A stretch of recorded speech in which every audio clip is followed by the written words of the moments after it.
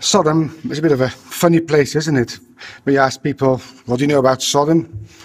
Well, they say, I don't know, it's on the bottom of the Dead Sea. And if you would have told me 3 years ago that I'll be working in an excavation with maybe Sodom, I said, well, you must be daft. That's quite impossible. And actually the call came 2 years ago. Said, would you come and help us draw some architectural plans of the city Sodom? I said, well, don't you know that it says in the Epistle of Jude, that it's set forth as an example of eternal fire, so it's gone. How can you expect to find it? And it says that in Genesis 19 that God overturned Sodom and Gomorrah. Well, the word overturn is like what you do with your cake. They'll turn it upside down, said you can never find it. Well, I said, just give it a go. But what do you know about Sodom? If you go, for example, to the internet, you go to Yahoo Answer, it says Sodom and Gomorrah were two separate cities that in present day lie under the Dead Sea in South Jordan. God brought fire or brimstone or sulfur out of heaven on those cities in judgment. The vast amounts of sulfur that exist in the Dead Sea are a direct result of this. Yahoo. Go to answers.com, say Sodom and Gomorrah were cities in the Aegean Islands, that's in Greece. What's the Christadelphian view? Can you open your hymn book, please? At hymn 390.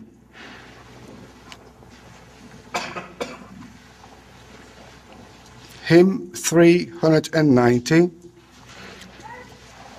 and verse 2, where it says, who was saved from direst horror at that unexpected hour wherein Sodom and Gomorrah sank, overwhelmed, to rise no more.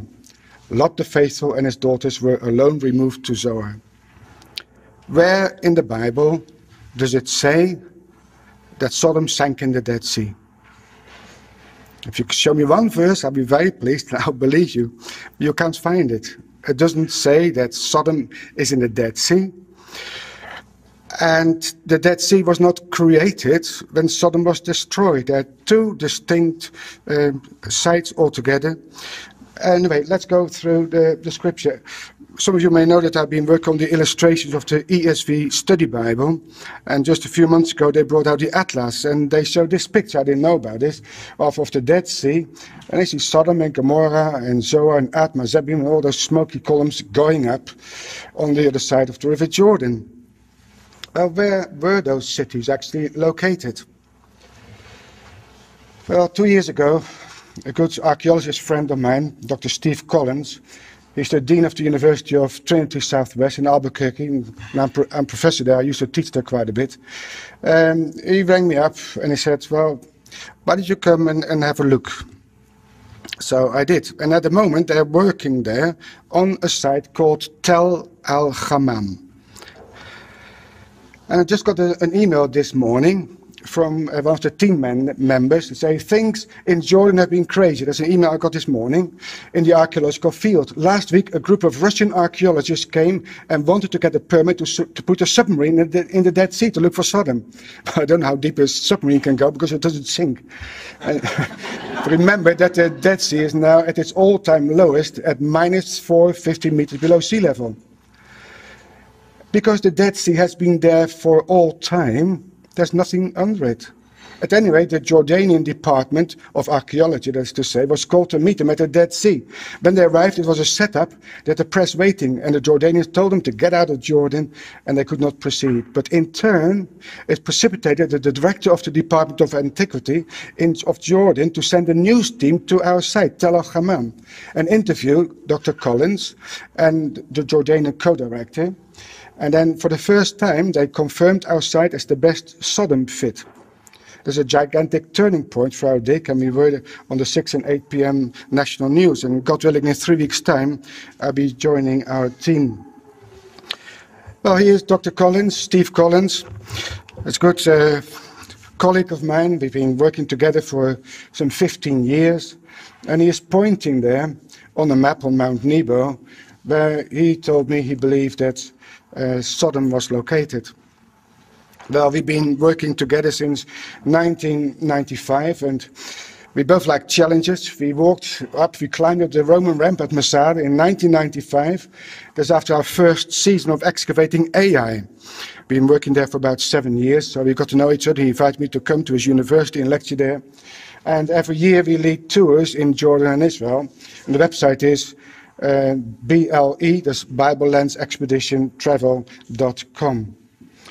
Well, my challenge was the Temple Mount. I worked almost all my life trying to sort out all the problems of the Temple Mount. And Steve's challenge was to find Sodom. So where did we go from here? Well, we went last year to the Department of Antiquities in Jordan, in the Geographical Institute, and we're poring over maps, trying to get some old area photographs to learn more about our site. But most importantly is, where, according to the Bible, is Sodom? Actually, in the Bible, there are more indicators to where Sodom is located than where Jerusalem is located. We just don't read carefully enough. If archaeology has done one thing for me, is to read the Bible carefully, almost word for word, and you get your answers. The brother who taught me the truth a long time ago in Kibbutz Yad Mordechai in Israel, next to the Gaza Strip, he said, after every sentence, ask why, where, who, how. And if you do that, you get all sorts of answers which are quite unexpected. Now, the chapter we just read, Genesis 13, just open your Bibles again, have got so many indicators that is absolutely incredible.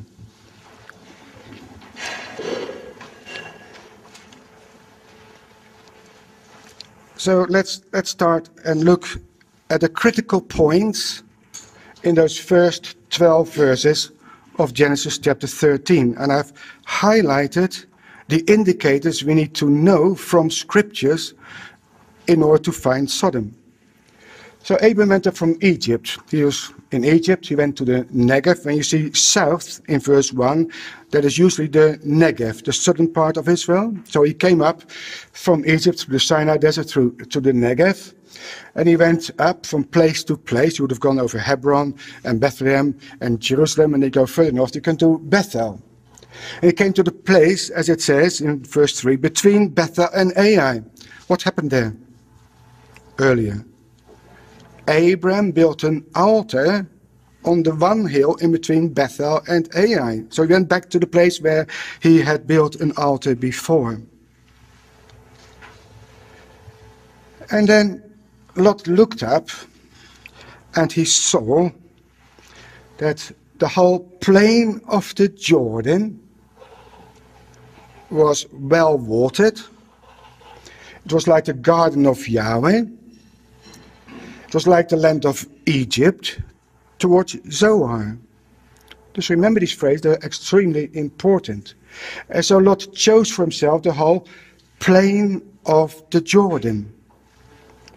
And he set out toward the east. So in Bethel and Ai, and he went east. No point looking south.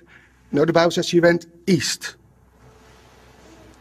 And then Abram lived in the land of Canaan, while Lot dwelt among the cities of the plain of Jordan. That's where he went. He didn't go to the bottom of the Dead Sea to find and live in Sodom. He went to the plain of Jordan. What does that mean? And he pitched his tent not toward, the Hebrew says, as far as Sodom, he went straight to Sodom. So here we can learn that must be east of Bethel and Ai.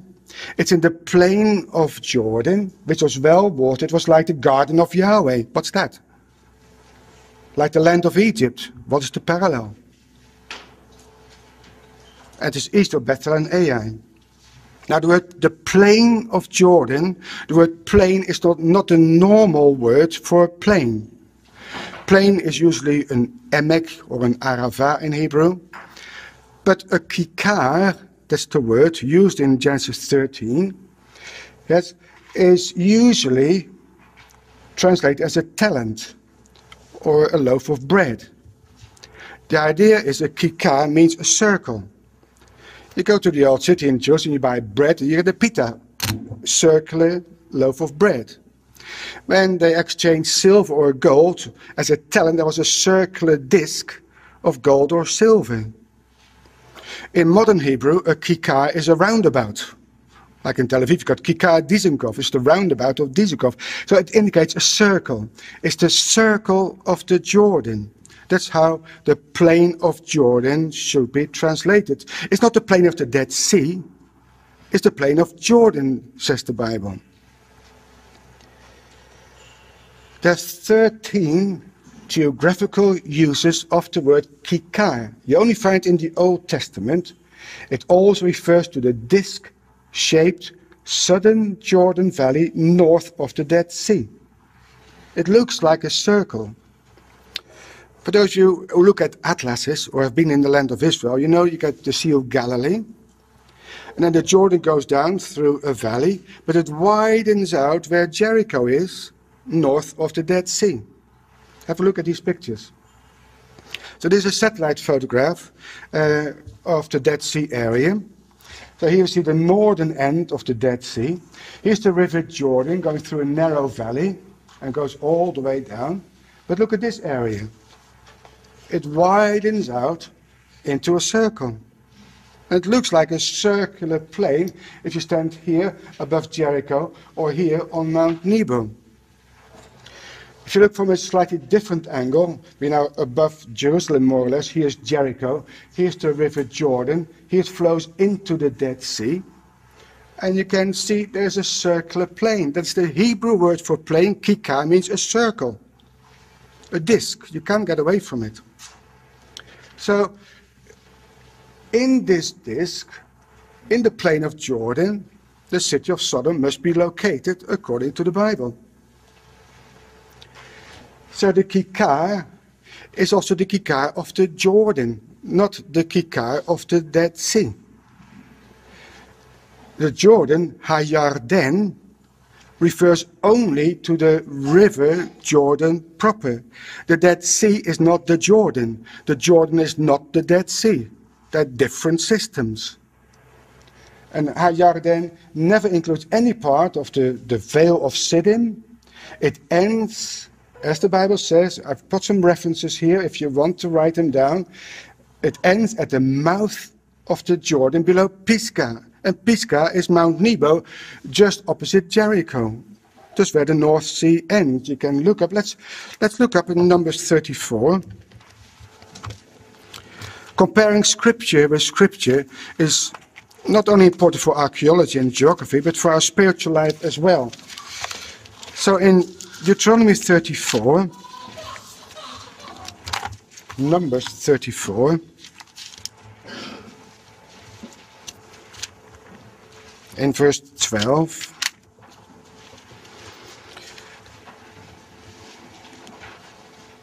is talking here about the border of the land.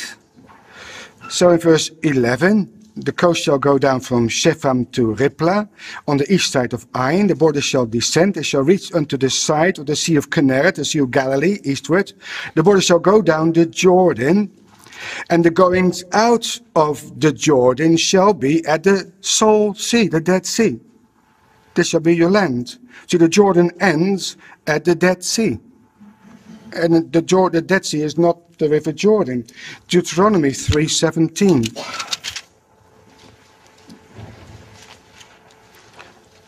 You're talking about the land that was given on the other side Jordan in verse 16 to the Reubenites and the Gadites. It's all the land of Gilead unto the river Arnon, half the valley, and the border even unto the river Jabbok, which is the border of the children of Ammon.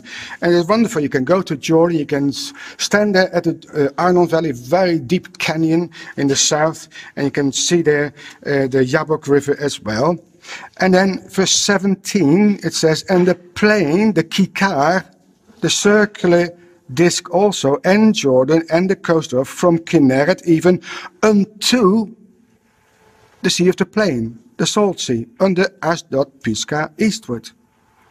So clearly indicates that Jordan ends whether it flows into the Dead Sea. Can you see that? Yeah, so the Dead Sea is not part of the River Jordan at all. I could look more of them, but that would take a bit of time. But you can write down, if you want to check it up later on, Deuteronomy 3:17 and 27, 4 verse 47 to 49, in Joshua 15 verse 5 and 18 verse 19. It always indicates that the Jordan ends, that flows into the Dead Sea. So looking at this topographical map of the land of Israel, think of that water system that goes right through the middle of the land, the Great Rift Valley, the Jordan River Valley. That is the outline of it. Now it starts at the top where Mount Hermon is, because the Mount Hermon is all covered with snow. The snow melts, the water penetrates in the mountain, goes down the mountainside, makes 4 different heads which form one river, the River Jordan. And the Jordan flows there into the Sea of Galilee. And from the Sea of Galilee, the river goes down. That is called the River Jordan proper, until you come to the Dead Sea, which is a different system, although it's all one water system, of course. Then we read in Genesis 13 that the Kikar was, in verse 10, if you go back to Genesis chapter 13 and verse 10, Lot lifted up his eyes and beheld all the plain of all the Kikar, the circular disc of the Jordan, that was well watered everywhere, before Yahweh destroyed Sodom and Gomorrah, even as the garden of Yahweh, like the land of Egypt, as thou comest unto Zoar. It was well watered. Well, when I was there last January, before the rains actually started, there was still water running through all the valleys there. Well watered, like the garden of Yahweh. Well, go to Genesis chapter 2. The garden of Yahweh must be the garden of Eden. What does it say there about that river? Genesis 2 and verse 10. It says, one river went out of Eden to water the garden. And after that it was parted. But it was one river going right through the middle of the garden. It is like Egypt. There would be no Egypt.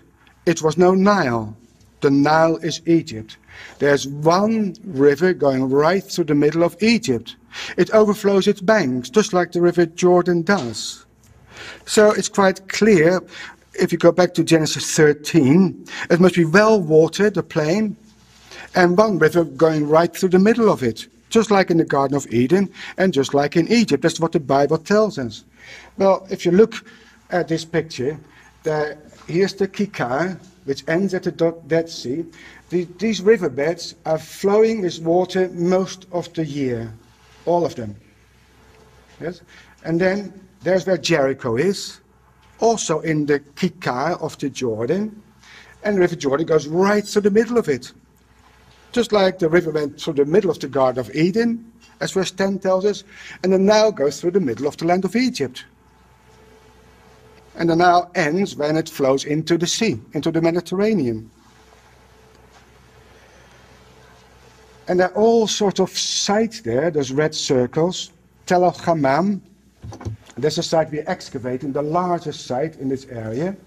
A smaller one, Tel El Kafrein, then you get Nimrim, Bleibel, and Musta. See, it's only the last few years that we could go into the area because it's always a military zone. You couldn't go and excavate there because you get your head shot off by the Israelis or by some Palestinians. And therefore it was a kind of a terra how do you call that? Ignocita. It's an area that is unknown, out of bounds, since the 1948 war. And only now is it possible to go there and excavate. Let's go back to Lot in verse 10. He lifted up his eyes and he viewed the entire Jordan disk from the east.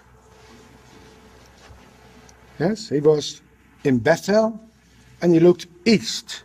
So if you're in Bethel and you look east, then you will see the whole Kikar of the Jordan. What do you see when you're in Bethel and you get your telephoto lens out? Well, first of all, here is, on a satellite picture, the Dead Sea, Jerusalem. Here's Bethel and Ai. And here's the disk. So what are we being told? That he looked east. Actually, if you are in Bethel and Ai, you can barely see the Dead Sea. Only the northern bit of it, because the mountains are all in the way. So here's a photograph. This is what you can see from Bethel and Ai. Here's a photograph taken from Bethel. And here you can see the circular disc of the Jordan. Jericho is just below the mountain here. And here is Mount Nebo. Because I said it was below Pisgah. Now here is where the Jordan ends. The Jordan runs right here. And all the water coming down from the plateau, the Moabite plateau, make this valley very, very fertile. This is what you see when you look east. That's what Lot did. If you look south, you can just see the northern tip of the Dead Sea. That's all you can see. So there's no point saying Sodom is in the southern end of the Dead Sea, because you can't see it from Bethel. No point saying it is somewhere on this side, but where Masada is, where to show you Lot's wife, because you can't see it from Bethel. Lot could see Sodom from Bethel. Quite clear from Genesis chapter 13. So he then traveled eastward from Bethel and Ai, and he pitched his tent at Sodom. Well, back in Bethel Ai, here is east, so this is the direction he went to. And you can only end up in the circular plateau of the River Jordan. So if you take only Genesis 13 in account, then here's the Dead Sea area. Don't be looking here for Sodom, because you can't see it from Bethel and Ai. This is the only part where you can see the plain of the Jordan. And this circular area is called the Kikar of the Jordan, about 25 kilometers in diameter. Jericho is on the west side of the Kikar, and Sodom and Gomorrah must be on the east side. You can't see Jericho from Bethel and Ai because it's too deep down. You can only see on the other side, only this part of the Kikar, you can see from Bethel, because the mountains are in the way. And then Steve Collins went there with all this information. He said, for 3 weeks I'll be reading every day Genesis 13 and 14, few times in a day, trying to understand what is the Bible telling me where Sodom is. And then he had an opportunity to go to the site. And all these sites belong to the Middle Bronze Age. So in archaeology, we don't talk about 2000 BC or 3000 BC. We divide the chronological areas into the early Bronze Age and the late Bronze Age, Iron Age, and so on. This particular city must belong to the Middle Bronze Age, according to archaeology. I'll explain that later on. And so he got an inkling that those cities must be there. And then he went to the site in the Kikar of the Jordan. And then he assumed that Sodom was the biggest city in the eastern Jordan disk, because it's always mentioned first. You see, often cities are called in pairs. Bethel and Ai. Bethel is always the largest, and Ai is the smaller one. So Sodom and Gomorrah. Sodom must be the bigger one, and Gomorrah the smaller one. If you look at the list of the cities, they're often counted from the south. Because the southern cities mentioned first, Sodom, a bit north is Gomorrah, and then Admah and Zeboim. That's the biblical way of making lists of city. So leave that for a time being. We also need to look at Genesis chapter 14. Now Genesis 14, if you open the Bible there, it says, "It came to pass in the days of Amraphel, king of Shinar, Arioch, king of El-Assar, Kedorlaomer, king of Elam, and Tidal, king of the nations. These made war with Bera, the king of Sodom, with Birsha, king of Gomorrah, Shinab, king of Admah, Shamiber, king of Zeboim, and the king of Bela, which is Zoar. And these were joined together in the vale of Siddim, which is the Salt Sea. 12 years they served Kedorlaomer, and in the 13th year they rebelled.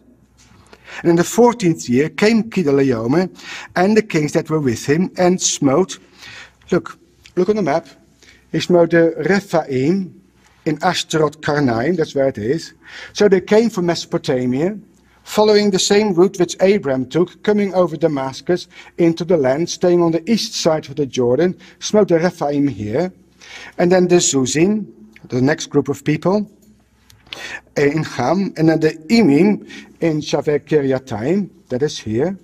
They went down all the way to the Horites in Mount Seir, that is Edom, here's Mount Seir. Then they crossed over, went to Paran, you see verse 6, to El Paran, which is by the wilderness. They returned, they came to Ein Mishpat, which is Kadesh. Here it is, Kadesh Barnea, from where Joshua sent out the spies, Moses sent out the spies to spy out the land. And then they turned back, and it says then went to the country of the Amalekites, and also the Amorites that dwelt in Hatzitzon Tamar. Now, Hatzitzon Tamar, if you look at I've had a text here up, according to 2 Chronicles 20 and verse 2, Hatzitzon Tamar is En-Gedi. So they came in a big sweep on the east side of the Jordan, all around the bottom of the Dead Sea, to the Negev, to Paran, to Kadesh, and now they were in En-Gedi. So all the four kings were there. The kings of the north, they were now in En-Gedi. And what happened next? Because, I've got here on the map, then went out, so while these guys were in En-Gedi, then came the king of Sodom and the king of Gomorrah, the king of Admah, the king of Zebulun, and the king of Bela, and they joined battle with them in the Vale of Siddim. So where's the Vale of Siddim? Well, if you are here in En-Gedi, and Sodom and Gomorrah are here, then it must be somewhere in the middle. So, if you have a larger map, Amraphel, Arioch, and Kedorlaomer, they were here near En-Gedi. If the kings of Gomorrah and Sodom and all these guys here, they were here, they would have set out and meet here in the Vale of Siddim. It's the only place where it can be. Now, and then we read that they fell into slime pits. Well, since about 2 years ago, there are slime pits again. But the word slime pit in verse 10 of chapter 14, look at it. In verse 10 of chapter 14 in Genesis, says the Vale of Siddim was full of slime pits. Well, I don't know what slime is, it's very slimy. But it doesn't say so in the Hebrew at all. It isn't asphalt, it isn't slime. The Hebrew word chaymar is clay. It's the word for clay. They were clay pits. They were there when the battle took place between the kings of Sodom and Gomorrah and the other guys. And when they were fleeing, they fell into slime pits. Now, nobody knew what they were. Up to about 2 years ago, when those slime pits, those clay pits, those sinkholes, that's our modern word, appeared again. How come they appear now and they didn't appear before? Because of the salt works by the Jordanians and the Israelis, they take out so much water out of the Dead Sea. And the river Jordan is tapped by the Israelis just when it comes out of the Sea of Galilee through the national water carry. Waters almost the whole land of Israel, but nothing much goes down the river Jordan. So the Dead Sea goes down every year by 1 meter. If the water goes down, what happens to the water that is locked underneath the sides of the Dead Sea? Water gets withdrawn because the water level goes down, and therefore sinkholes appear. And it was the same in the time of Abraham and the battle of Genesis chapter 14. So while those kings of Sodom and Gomorrah were fleeing, they didn't look where they were going, they fell into the slime pits. And Israel almost lost his life there because it's like quicksand. Now it happens when the level of the Dead Sea goes down. Geologists have worked for years looking into all the sides of the mountains. Well, here you look at Qumran, into caves, looking at deposits, water deposits and salt deposits. And they've been able to graphically portray how the level of the Dead Sea changed through time. Our next slide is an animated an animation of the size of the Dead Sea. It's the main part of the picture. And on the side, there's a section through the Dead Sea, and you can see how it goes up and down. There's a timeline underneath there, gives you an idea what happened to the level of the Dead Sea through the ages. So here is the Dead Sea. We are now in 3000 BC. That's the time of the flood. According to these geologists, was very, very large. Then it goes down to the time of Abram, 2000. Then the sea was very, very small. That's the time of Abram, Melchizedek. In the time of the judges and in the time of the kings, the water went up again. It went down a little bit. It stays the same up to about the Hellenistic period. And when you come to the time of Christ, the water level goes up again, as you can see here, and then it went down very, very low in the Byzantine period. And then the water level climbed up again, all through the Middle Ages. It's a bit of an up, and then it goes down. And at the moment, it is very, very small. The southern part of the Dead Sea is completely dry. You can walk across here from Masada to the other side. And that is when those sinkholes appear. So this graph shows exactly that we're actually lower now even than in the time of those kings of Sodom and Gomorrah who fell into the slime pits, which are here. That's the only place where you can see them today. So it is caused by the low level of the Dead Sea. Shows that the Dead Sea was there because Sodom and Gomorrah weren't destroyed yet. If there's no Dead Sea, you can't find any sinkholes. So it's just quite illuminating that we are now at the same level as in the time of Abraham and Lot. And so, going to the site, Sodom must be the largest one. And here is the largest Middle Bronze Age site in practically the whole of the Middle East. It's bigger than Megiddo, it's bigger than Hatzor, it's bigger than Lachish. It's 1 kilometer long. When I went the first time and I look at the fortifications, it took me 3 hours to walk around the site. Here's our bus standing, and here's our little hut where we keep our tools. And from the air, this is the upper tell, and this is the lower tell. It's an enormous site. A huge site, bigger than any in Israel. If you stand on the Mount Nebo and you look down, then you can see quite clearly where it is. Right there in the middle of this circle, here's the upper tell, and it's the older lower tell. That is where Tel El Hammam is located, 1,000 meters long and about 600 meters wide, an enormous site. As I said before, in archaeology we talk about Bronze Age and Iron Age and so on. According to the archaeological time frame, the story of Abraham and Lot belongs to the Middle Bronze Age. Now, the Middle Bronze Age goes from 2000 BC, time when Abraham was born, up to about 1500 BC. That's what we call the Middle Bronze Age.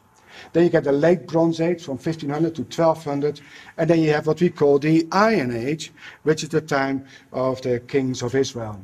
So Abraham and Lot must be in what we call the Middle Bronze Age, and not later on in the Iron Age. So if you go to a site, say, well, that is Sodom, well, do you have Middle Bronze?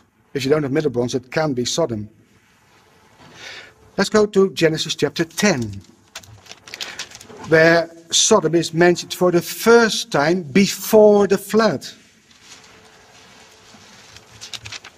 In Genesis chapter 10, we have the borders in verse 19 of the land of Canaan. It says, and the border of the Canaanites was from Sidon, as thou comest to Gerar, unto Gaza, as thou comest unto Sodom and Gomorrah, Admah and Zeboim, even unto Lasha. So the borders of Canaan start at Sidon, here in modern-day Lebanon, goes all along the coast of the Mediterranean, up to Gaza, where the Gaza Strip is, goes across towards the Dead Sea, where Sodom and Gomorrah, Admah and Zeboim are located. In the table of nations of Genesis chapter 10, before the flood, or just after the flood. but before the time of Abraham. So, and then the border goes up to Lasha, that is Laish or Dan, and then goes across to Sidon. In Genesis 10, we've got Sodom and Gomorrah, and we call that the early Bronze Age. That is much earlier because it goes back to 3000 BC. So there was already a site of Sodom before Abram got there, before Lot got there. So Abram and Lot are here in the Middle Bronze Age, but that lower tell belongs to the early Bronze Age. It's much older. Here we find in this period of time, between 3000 and 2000 BC, the cities of the Kikar in Genesis chapter 10. So Sodom and the other cities of the Jordan Disk would have occupations dating from the early Bronze Age, but also the Middle Bronze Age. And then you go to a site, before you excavate, we usually walk around the site and pick up the potsherds, which never get destroyed, and you can understand from the potsherds what kind of time periods are represented on the site. So then, having our archaeological time frame from 3000 to 2000 up to 1000 BC, then it's quite clear that this must be the time frame of Sodom and the cities of Jordan Disk. That's what you expect to find before you actually start excavating, if you take the Bible carefully. So, and then you go to the site. It's a Bronze Age city, exactly the time frame of Abram and Lot. The lower city, which you can see in brown here, is the oldest part of Sodom. That is Genesis chapter 10. But this city, the Middle Bronze city, is the time of Abram and Lot. And there's even a later occupation in the time of the kings of Israel. And so here we're excavating. The stones which you see here belong to the time of the kings of Israel, but down below, a meter thick layer, that layer of occupation belongs to the time of Abram and Lot. And excavating there, you can see the walls of the houses. I don't want to say this house of Lot, but he lived in Sodom somewhere. This house belonged to people that lived in Sodom during the time of Lot. And you find the potsherds, a very typical little juglet. So it fits exactly the picture of the time frame of the Bible. In Genesis 19,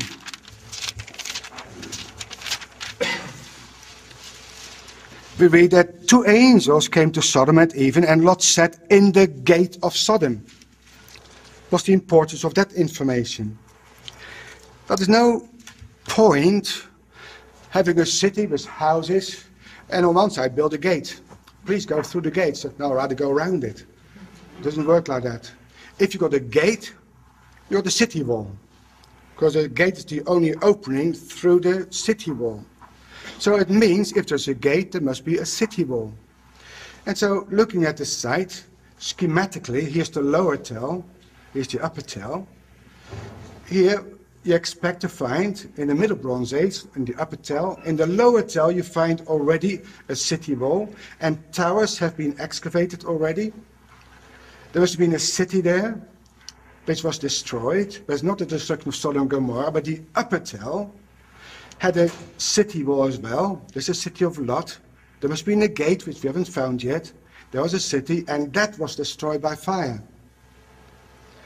See, when we read first Sodom was destroyed by fire, I think the whole city is gone. But in archaeology, all those ancient sites like Megiddo and Hatzor and Bet Shan, they're all built layer upon layer upon layer upon layer. So when Sodom was destroyed, it actually means the upper layer of Sodom, where the people lived at that time, was destroyed. So if you say the whole tell must disappear, it doesn't say so. Now, and then we found actually the fortifications of that city.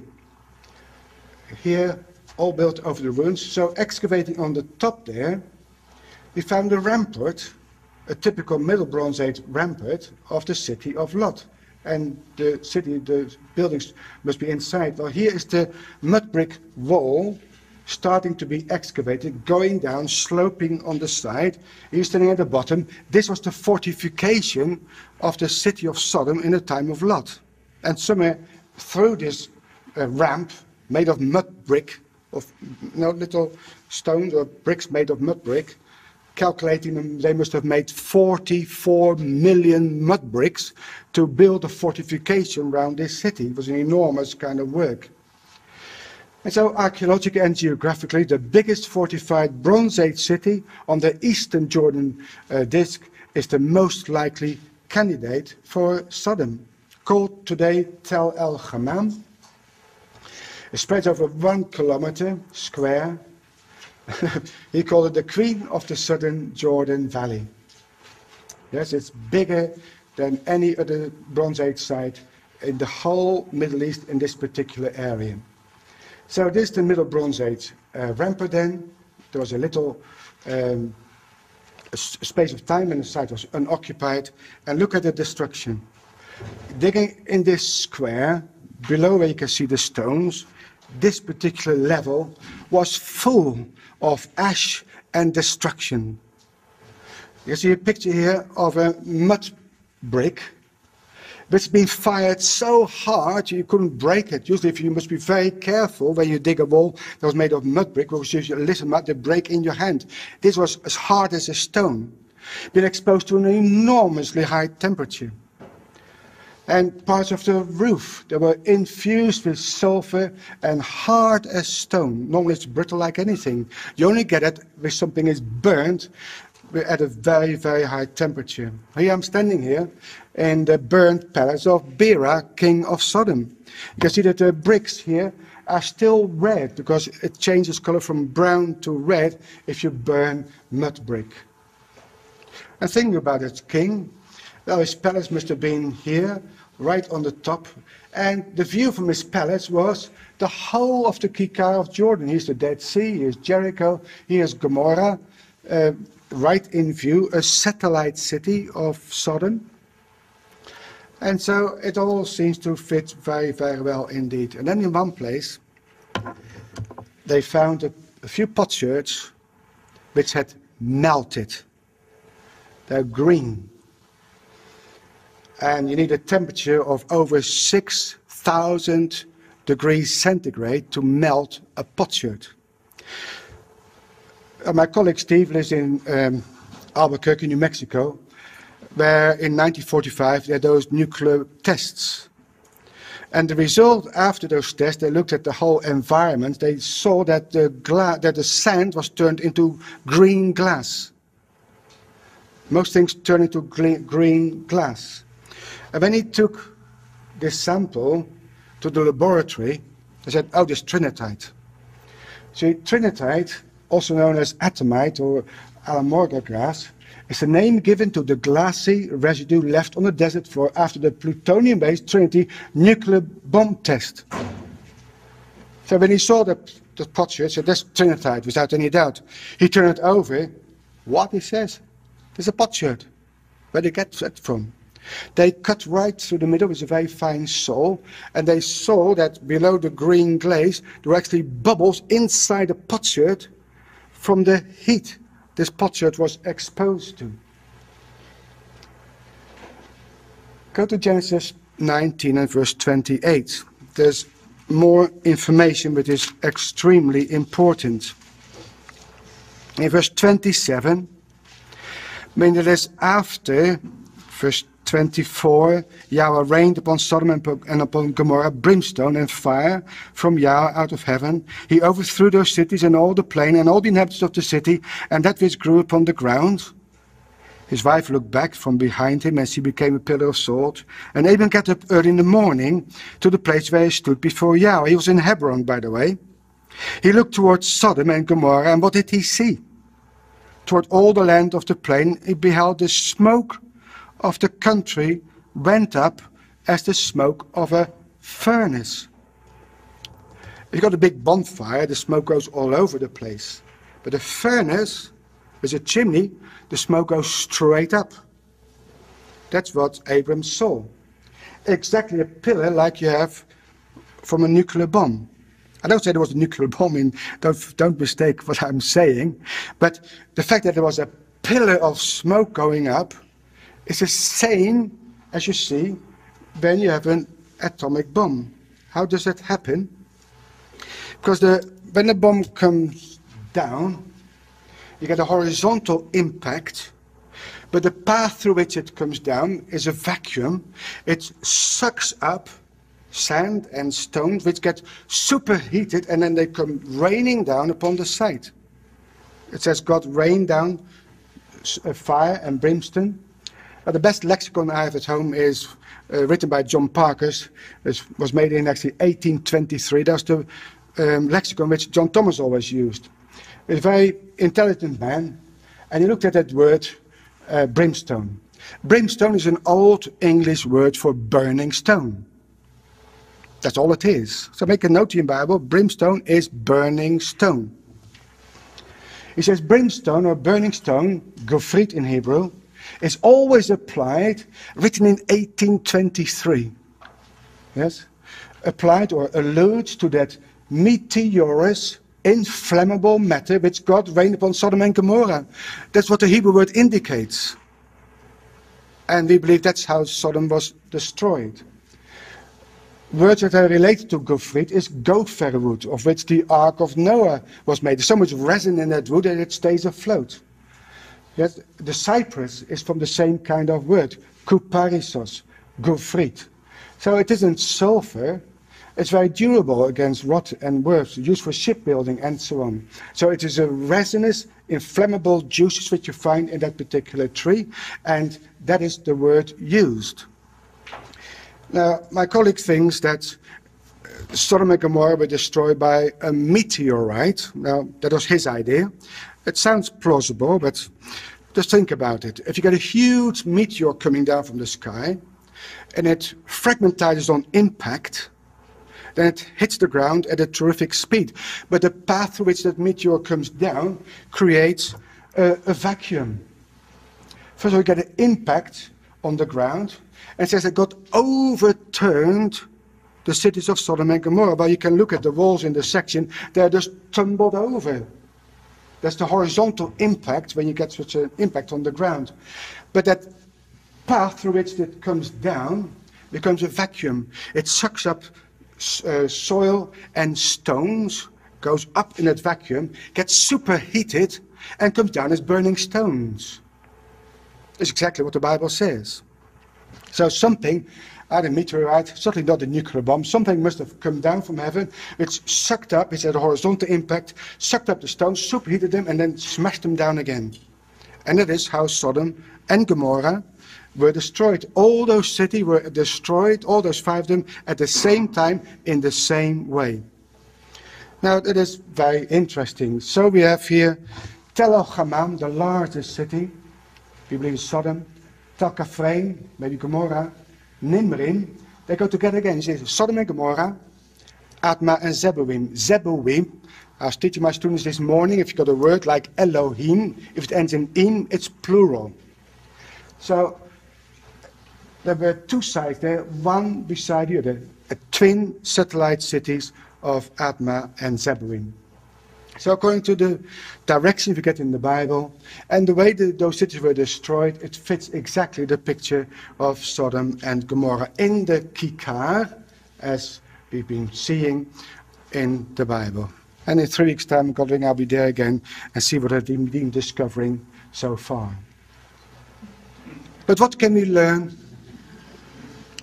from the whole story of Sodom and Gomorrah?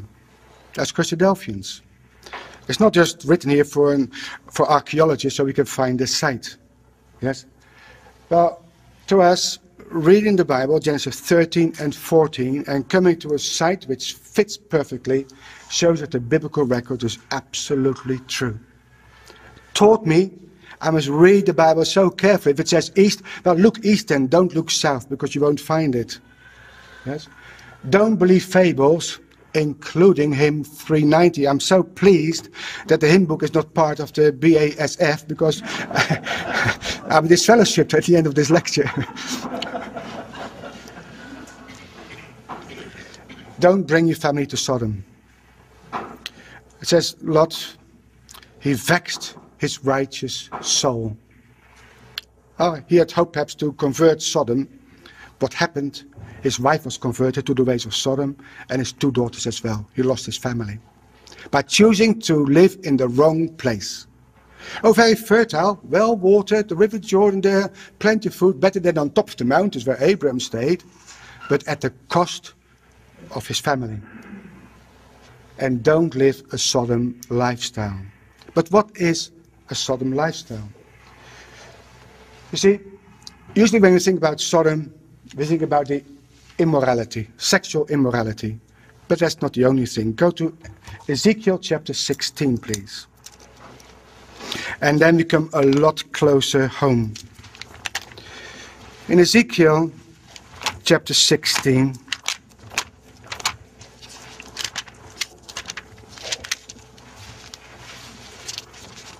we read there in verse, it talks about Samaria and Jerusalem, but they make a comparison with Sodom and her daughters. It says there in verse 48, as I live, says the Lord Yahweh, Sodom thy sister has not done, she nor her daughters, as thou hast done, thou and thy daughters. Because behold, this was the iniquity of thy sister Sodom. This is why God destroyed Sodom and Gomorrah and the other cities. Number one is pride. Number two is fullness of bread. 3 is abundance of idleness was in her and in her daughters. Neither did she strengthen the hand of the poor and the needy. They were haughty. They committed abomination before me, and therefore I took them away as I saw good. I don't use the NIV very much, but in this time I like you to look at it. They say they're arrogant, overfed, and unconcerned. And that's exactly the world in which we live, isn't it? So we need to learn from Sodom and Gomorrah and the fierce destruction which we're excavating at the moment, that we mustn't be proud. We're overfed. We've got too much to eat. And got too much free time. What do we do with it? Do we use it to study the Word of God, to sit with our family around, go to Bible schools, go to Bible class, go to Sunday school? Or do we just sit on the couch and watch TV and let the world come into our home? What do we do with all the free time we have? We only work 4.5 days a week nowadays instead of 6. What do we do with it? And do we strengthen the hand of the poor and the needy? That's what God pointed out are the sins of Sodom and Gomorrah. Compare Abram and Lot. Abram's, his faith was counted as righteousness. But Lot vexed his righteous soul. He was righteous in the eyes of God. But to live in a way that you're vexed all your life is not very productive. Abram lived on the mountains, away from the cities. Remember the 4 geographical areas in Israel? You got the coastal strip where the Philistines lived. All the holy places were on top of the mountains. That's where Abram wanted to be. He wanted to be where Hebron was, where Bethlehem is, where Jerusalem is, Shiloh and Shechem. But Lot went into the valley of death. He lived in a wealthy and a liberated city, just like we live in a liberated society. Anything goes. Abram had 318 young men, educated, it says instructed, it's the same word for education, yet educated 300 young men in his own home. Not only in the scriptures, but with sword and spear as well. And those 318 young men could defeat the army of 4 kings of Mesopotamia. But Lot's wife and daughters became morally corrupt. The heart of Lot's wife was in Sodom. And look what those daughters did afterwards. Those are the ways of Sodom. Abraham received a son of promise. Lot's wife and son-in-law died. Remember what Jesus says. Remember Lot's wife.